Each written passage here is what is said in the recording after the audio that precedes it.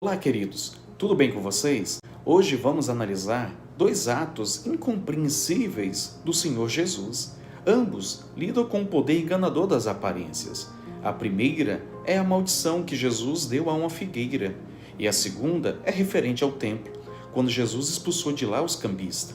A figueira, sendo amaldiçoada, está registrada em Marcos capítulo 11, no verso 12 até o verso 14.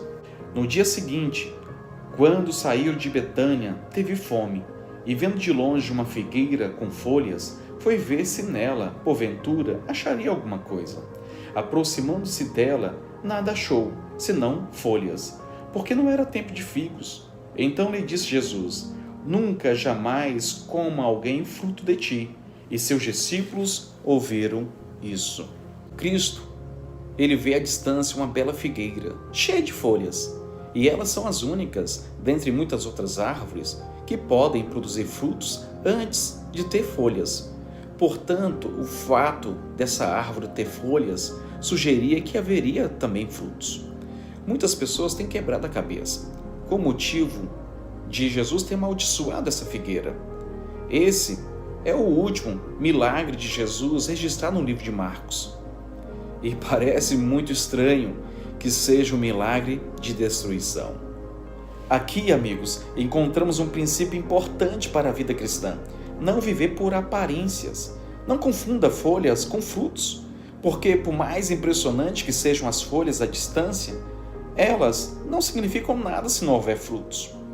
E esta é a situação da vida espiritual de muitos. Você canta "Bendita a hora de oração", mas permanece contente com 5 minutos de oração. Você canta "Mensagem ao mundo" e nunca convida seu vizinho. Você canta "Graça excelsa", mas tem dúvida sobre a salvação.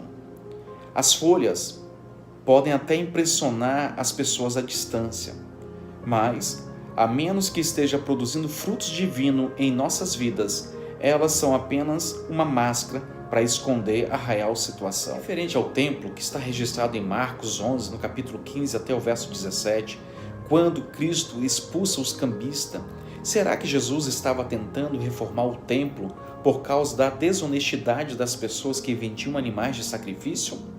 Ou será que ele estava chateado por causa do serviço de adoração que havia sido comercializado? A chave para entender a atitude de Jesus está nas duas passagens no Antigo Testamento. A primeira está em Isaías 56. Ali diz: as pessoas não seriam excluídas da adoração do templo. Ao contrário, seriam bem-vindas. O próprio Deus diz: minha casa será chamada casa de oração para todas as nações. Mas veja comigo aqui o que diz o profeta Jeremias no capítulo 7, e nós estaremos lendo o verso 4, logo após o verso 9 e depois o verso 10. Acompanha comigo aqui, olha. No verso 4, não confieis em palavras falsas, dizendo: templo do Senhor, templo do Senhor, templo do Senhor é esse. Olha o que diz o verso 9. Que é isso? Furtais e matais, cometeis adultérios e jurais falsamente, queimais incenso a Baal e andais após outros deuses que não conheces, e depois vindes e vos pondes diante de mim, nesta casa que se chama pelo meu nome, e dizeis: estamos salvos. Sim, só para continuardes a praticar essas abominações? O templo tinha o mesmo problema que a figueira, frondoso à distância, mas sem frutos por dentro. A intenção de Jesus não era reformar ou limpar o templo. Seu propósito era declarar que agora existia um novo templo. O próprio Jesus é este novo templo, o lugar onde todas as pessoas podem encontrar a presença de Deus. O templo era algo bom. Deus ordenou que o povo de Israel o construísse. Não foi ideia deles, foi ideia de Deus. Deus ordenou a Israel que o adorasse no templo e ali oferecesse os sacrifícios. Mas o propósito do templo sempre foi de ser uma ferramenta e nada mais. Era uma ferramenta para encontrar o Deus do templo, uma ferramenta para encontrar o perdão de Deus. O templo era uma ferramenta para adoração, uma ferramenta para louvor, uma ferramenta para a celebração, uma ferramenta para arrependimento.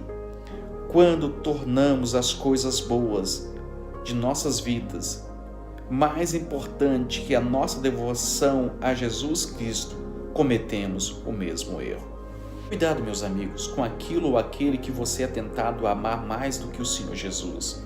Cristo nos chama para segui-lo, não para seguir um templo ou uma filosofia. Seguir a Cristo significa viver uma vida frutífera, uma vida de fé nele. Significa não se contentar com as meras aparências, mas se dedicar a uma vida útil, produtiva e espiritualmente fértil.